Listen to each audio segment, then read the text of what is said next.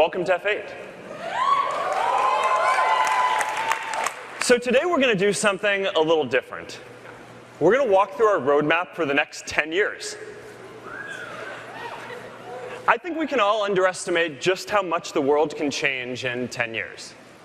In a decade, video will look like as big of a shift in the way we all share and communicate as mobile has been. Messaging and private communication will unlock new platforms for accessing all kinds of different services. Connectivity will give everyone, not just a third of people in the wealthiest countries, access to all of the opportunities of the internet, including resources for education, health, and jobs. Artificial intelligence will power all kinds of different services with better than human level perception.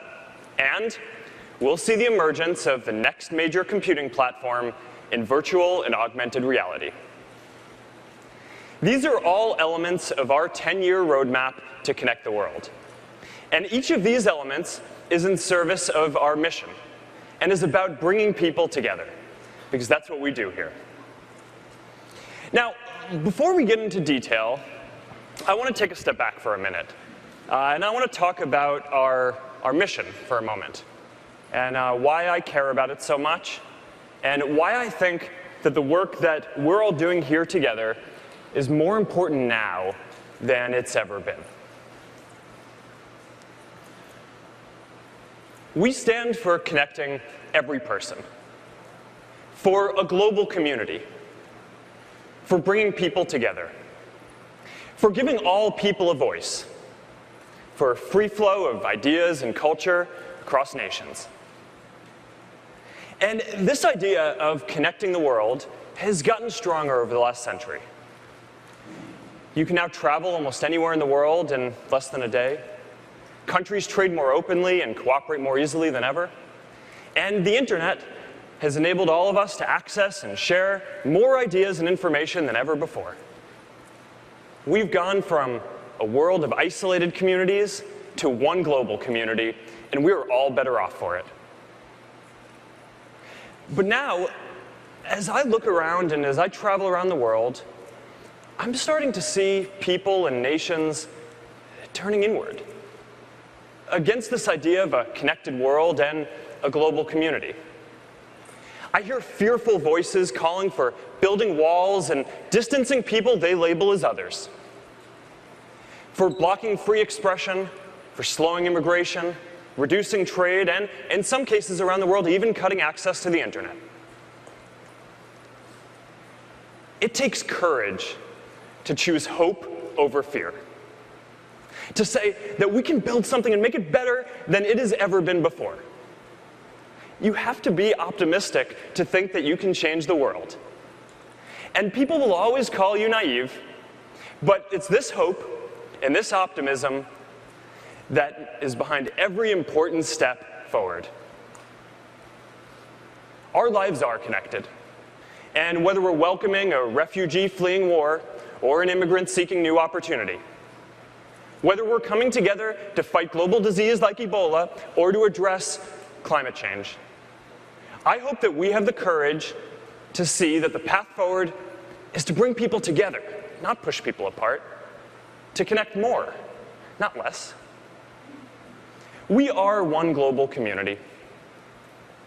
The mother in India who wants to work so her family can have a better life. The father in the US who wants a cleaner planet for his children. The daughter in Sierra Leone who just needs basic health care and education so she can stay safe and reach her full potential. And that young boy in Syria who is doing the best he can with the cards he's been dealt to find a good path forward in the world. And we, sitting here today, are part of this community too. And if the world starts to turn inwards, then our community will just have to work even harder to bring people together. And that's why I think the work that we're all doing is so important. Because we can actually give more people a voice. Instead of building walls, we can help people build bridges. And instead of dividing people, we can help bring people together. We do it one connection at a time. One innovation at a time. Day after day after day.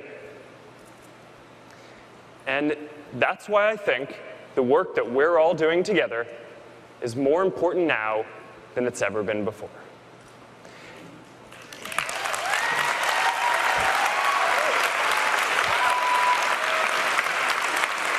Welcome to F8.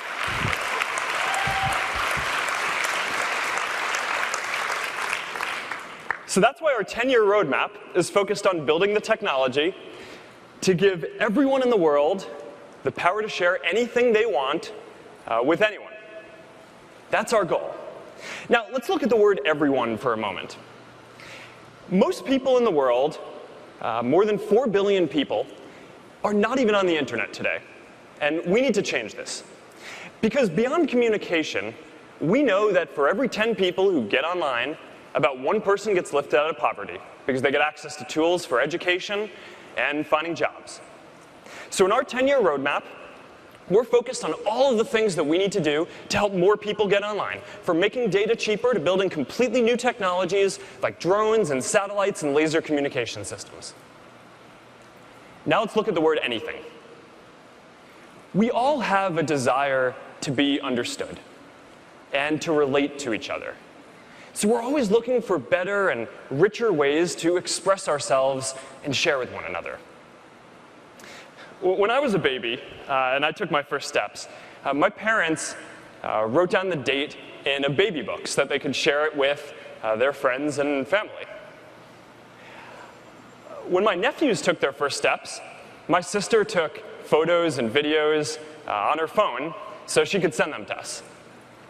And when my daughter Max takes her first steps, hopefully later this year, I want to capture the whole scene, right, with a 360 video. So I can send it to my family and my friends, and they can go into VR and feel like they're actually right there in the living room with us.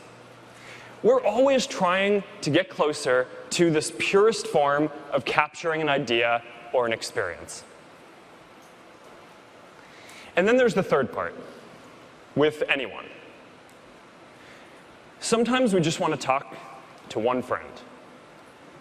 Sometimes we want to hang out with a few friends. Sometimes we have something that we want to share with all our friends, or with all our coworkers, or with an entire community, like marathon runners or Golden State Warriors fans. And sometimes we want to share something with the whole world. So that's why we're developing a whole family of apps to create a world-class experience for all of the different groups of people that you want to share with. So this is the goal. Give everyone the power to share anything they want with anyone. And here's our 10-year roadmap to get there. Now, we have a playbook for building these services. First, we build a new technology that can help people share and connect in some new ways. Then we take that technology and we build it into a product that we think 1 billion or more people could use and benefit from. And then finally, once a product is at scale, we build a full ecosystem around that product of developers and businesses and partners. So our roadmap for the next 10 years has 3 horizons. We have a community and ecosystem today that we need to grow to reach many times its current scale to reach its full potential. We have several products that are already at scale with lots of people using them that we now need to build into full ecosystems with developers and businesses. And we have new technologies that we need to develop so they can be large-scale products in their own right. So let's start by talking about what we're building around our most developed ecosystem, the Facebook app and platform. Now, we launched Platform almost a decade ago. And since then, hundreds of thousands of developers, like all of you, have built millions of apps to connect more than 1 billion people. And our developer community building apps keeps growing. In the last year, it has grown 40%, with now more than 70% of developers and apps outside of the US. Our second largest community is in India, and Africa is growing incredibly quickly in our developer community. So today, you're going to hear about all of the new tools that we're announcing that will help you build, grow, and monetize your apps. And we're also going to talk about a lot of new infrastructure that we're open sourcing, from our data centers and all of the tools that we built to run that, to our mobile frameworks like React Native and tools like HHVM. So the Facebook platform keeps getting stronger. And of all the things we're going to talk about today, you can have a bigger impact building with these tools for the next few years than the other things that are not yet at scale. So now let's talk about the next 5 years and how we're going to build ecosystems around our products that are already starting to be used by lots of people. Now, one of the platforms that I'm most excited about is Messenger. Last year, Messenger was the fastest growing app in the US, ahead of even Facebook, which was second. Messenger just passed 900 million monthly actives. And now, between Messenger and WhatsApp, people are sending about 60 billion messages a day. So to put that in perspective, at its peak, global SMS volume was right around 20 billion messages a day. So we're processing about 3 times as many messages as SMS ever did, and these services are still growing incredibly quickly. So now that Messenger has scaled, we're starting to develop ecosystems around it. And the first thing we're doing is exploring how you can all communicate with businesses. Now, you probably interact with dozens of businesses every day, and some of them are probably really meaningful to you. But I've never met anyone who likes calling a business. And no one wants to have to install a new app for every service or business that they want to interact with. So we think that there's got to be a better way to do this. We think that you should just be able to message a business in the same way you'd message a friend. You should get a quick response, and it shouldn't take your full attention like a phone call would, and you shouldn't have to install a new app. So today we're launching Messenger Platform, so you can build bots for Messenger. And it's a simple platform. It's powered by artificial intelligence, so you can build natural language services to communicate directly with people. So let's take a look. So CNN, for example, is going to be able to send you a daily digest of stories right into Messenger. And the more you use it, the more personalized it'll get. And if you want to learn about a specific topic, like, say, the Supreme Court nomination or the Zika virus, you just send a message, and it'll send you that information. Or take 1-800-Flowers. I love this one. Now, if you want to send a message, flower, you don't have to install a new app or enter your credit card again. You just send a message.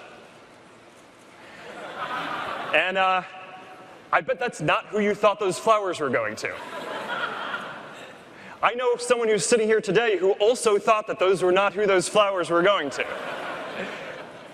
Now, I have to say, I love this one. I find it pretty ironic, because now, to order from 1-800-Flowers, you never have to call 1-800-Flowers again.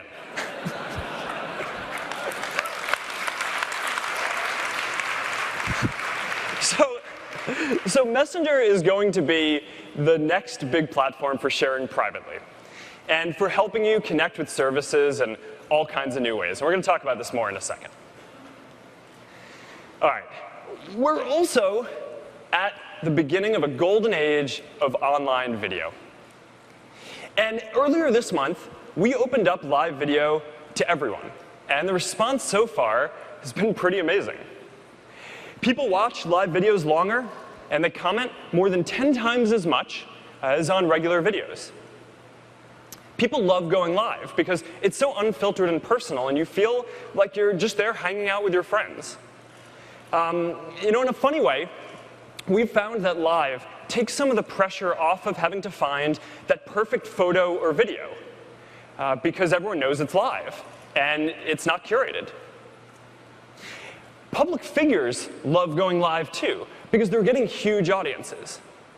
We're seeing TV stars get bigger audiences on live than they get on their TV shows. So we're going to build this out. We're making it a prominent tab in the Facebook app where you can go see what your friends and other people around the world are doing live right now. Just the other week, I saw a live video of a woman with her young kids skiing down a hill. And it was just mesmerizing. I watched it for like a few minutes because I'm like, I really want to make sure these kids get down this hill. There's usually people who are playing music or dancing in there. And then every once in a while, there's something that's really important and special happening.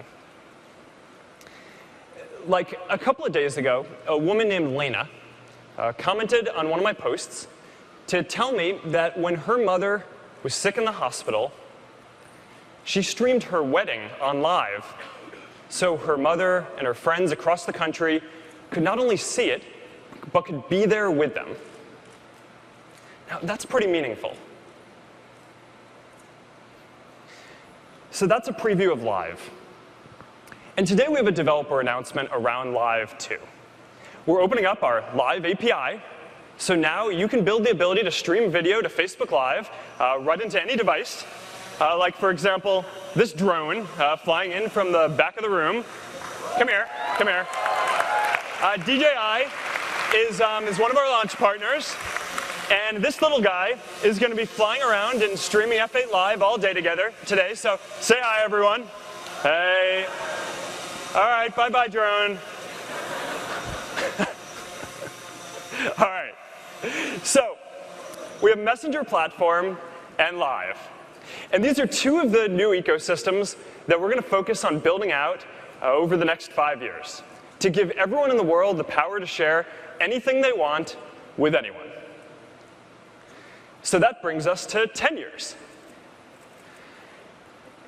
Over the long term, we're focused on 3 major areas: connecting everyone to the internet, artificial intelligence to make services more intuitive and natural to use, and virtual and augmented reality to help us share and experience the world in a much richer way. So I want to start off by talking about connectivity.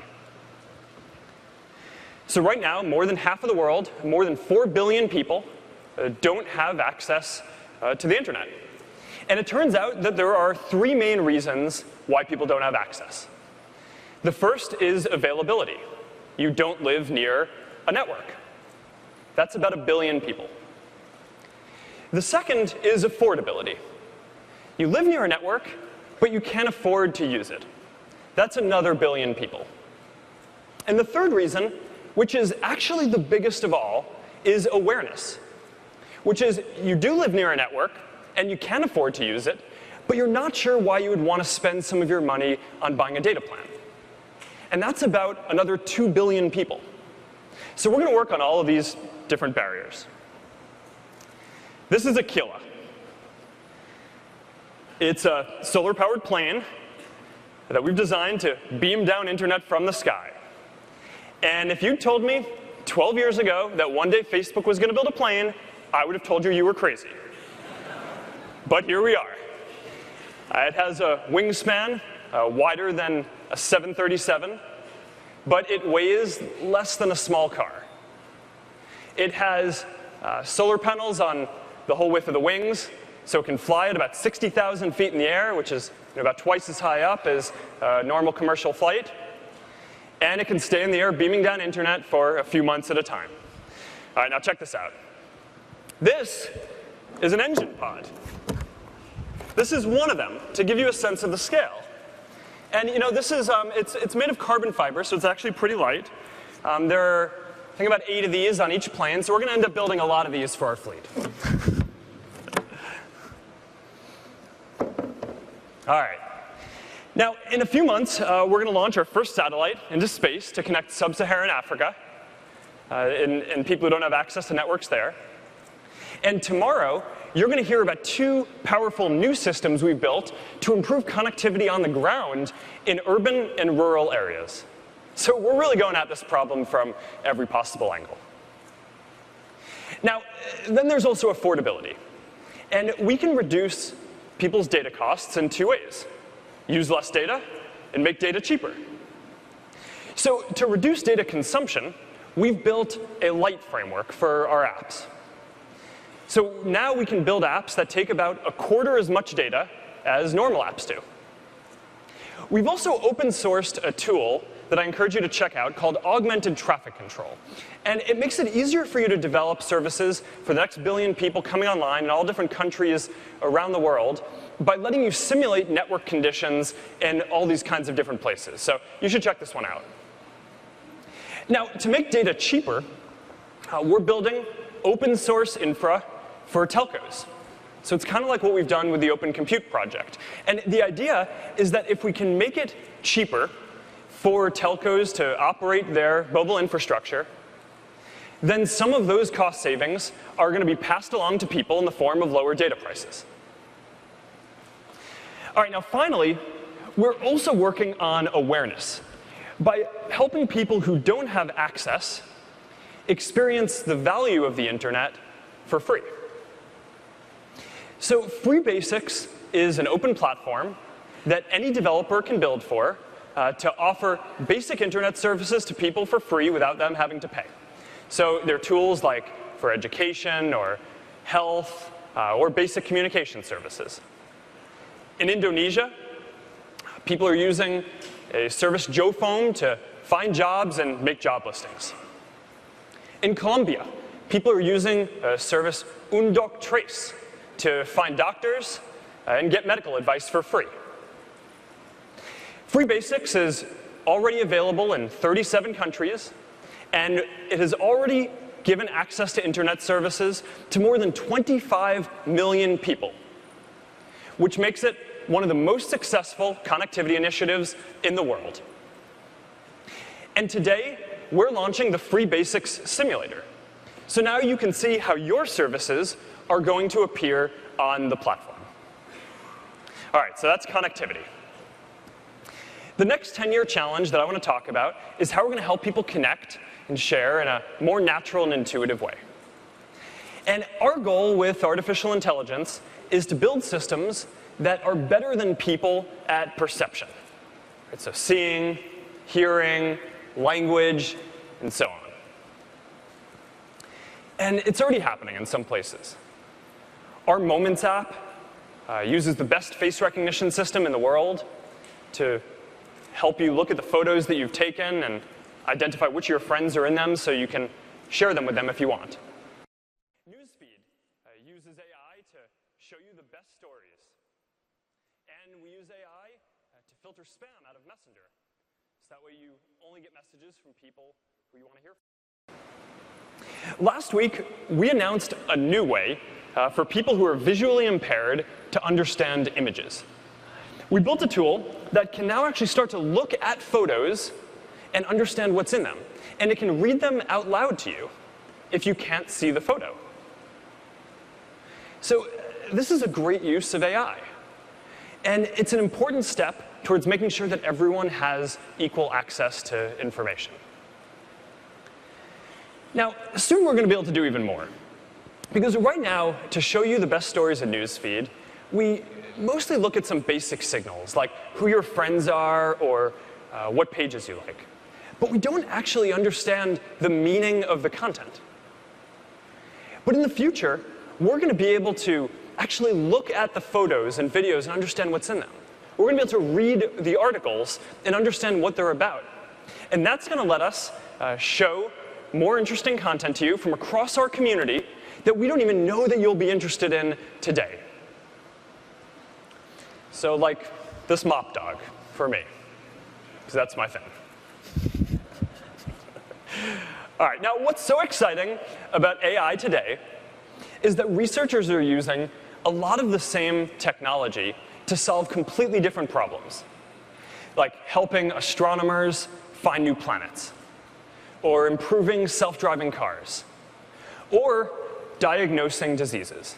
So in a lot of ways, I actually think that advances in AI can help save people's lives. One of the most amazing examples I've seen recently was an AI system that can now tell from a photo whether a lesion on your skin is skin cancer, with the same accuracy as the best doctors in the world. So imagine that. Soon, every doctor around the world is just going to have the ability to snap a photo and, as well as the best doctors in the world, be able to diagnose if you have cancer. That's going to save lives. And whether you're developing social tools or you're diagnosing diseases, you're using a lot of the same AI technology. So that's why we want to make it easier for you all to take advantage of all of the advances in AI technology that we're making. So that way, when we make a 10% improvement in our systems, your systems get 10% better at diagnosing diseases. So that's why we've open sourced our Torch modules to help researchers and engineers train their machine learning models. And why we've opened our designs for our GPU servers that we use to train our neural networks. So this way we can all make faster progress together. All right. One last thing. Finally, we're building technology that's going to change the way that we all experience the world. We started shipping Gear VR for $99 late last year, and the response so far has been really amazing. There are already hundreds of apps that are built specifically for Gear, and people have watched more than 2 million hours of video in Gear VR. Last month, we started shipping Oculus Rift, and we have one here. Here it is. So for the first time, you can have this kind of premium virtual reality experience in your living room. And from the moment it shipped, it has a great content lineup with more than 50 games on the platform. So check this out for a second.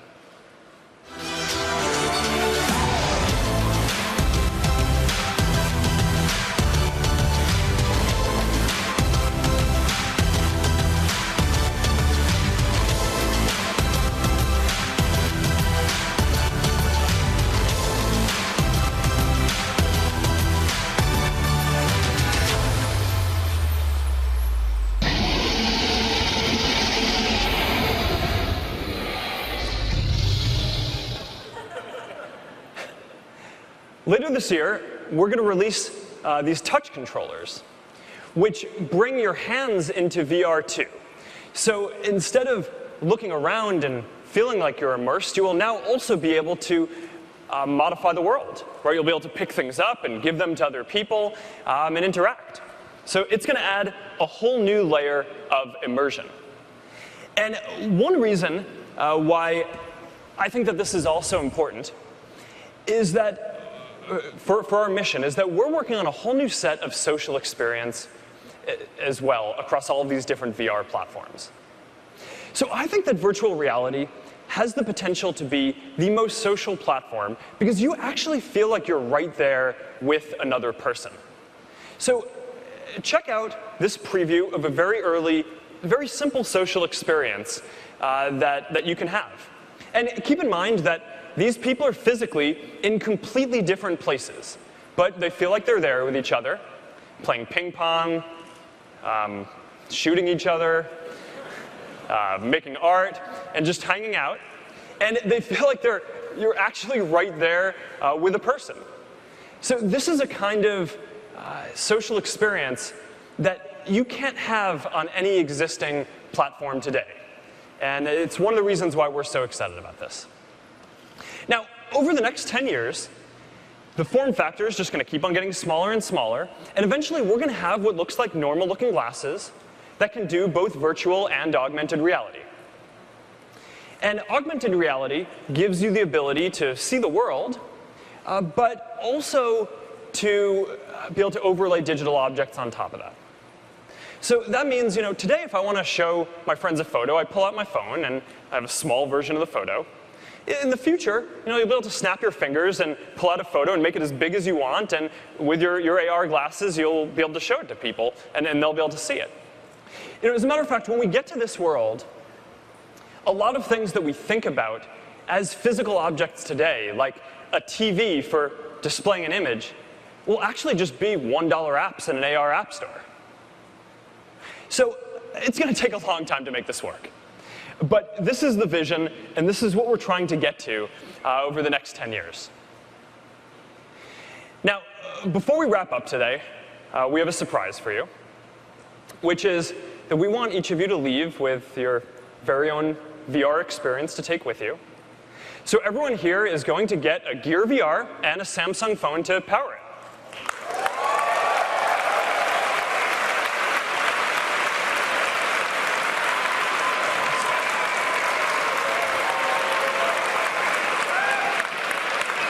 So they're going to be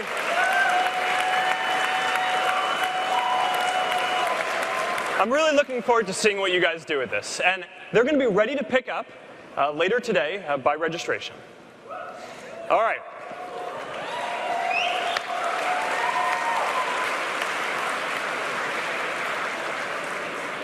So that's it.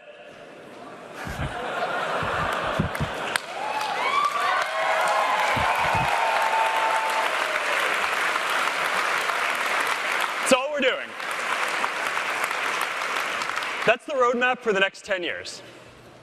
We are building the technology to give everyone the power to share anything they want with anyone else.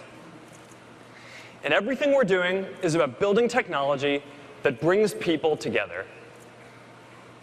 Because whether you just want to hang out with a few friends, or start a business, or help solve the world's problems, the path forward is to connect people. That's how we make progress together. And that's why I think the work that we're all doing together is so important. Because if you believe, like I do, that when you give more people a voice, that makes the world better, then we have a lot of reasons to be optimistic about the future. And I'm excited to work on all of this with all of you. So thank you, everyone. I'm going to hand it off to Deb to walk through this in a bit more detail. Have a great F8.